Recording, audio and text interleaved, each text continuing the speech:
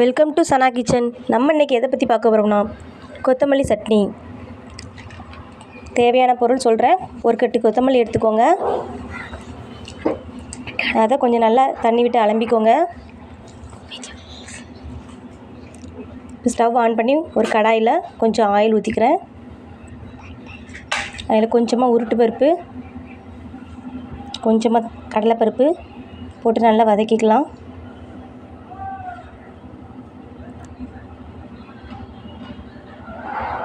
கொஞ்சமாக நறுக்கி வச்ச பல்லாரி போட்டுக்கலாங்க. அதில் 4 துண்டு மிளகாய் சேர்த்துக்கிறேன். ஒரு துண்டு இஞ்சி போட்டுக்கலாம். கொஞ்சம் நல்லா வதக்கட்டும்.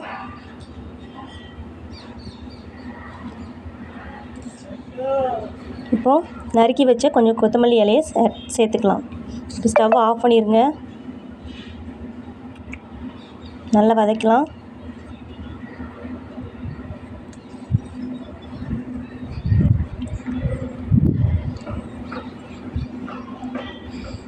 இப்போ ஒரு மிக்ஸி ஜாருக்கு மாற்றிடலாம். அதில் கொஞ்சமாக உப்பு சேர்த்துக்கிறேன். ஒரு தேங்காய் துருவல் கொஞ்சம் சேர்த்துக்கிறேன். ஒரு துண்டு புளி சேர்த்துக்கலாங்க. விருப்பம் இருந்தால் சேர்த்துக்கலாம். இப்போ நல்லா பேஸ்ட் பண்ணி எடுத்தாச்சு பாருங்கள்.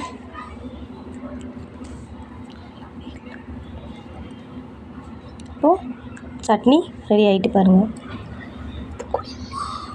நன்றி, வணக்கம்.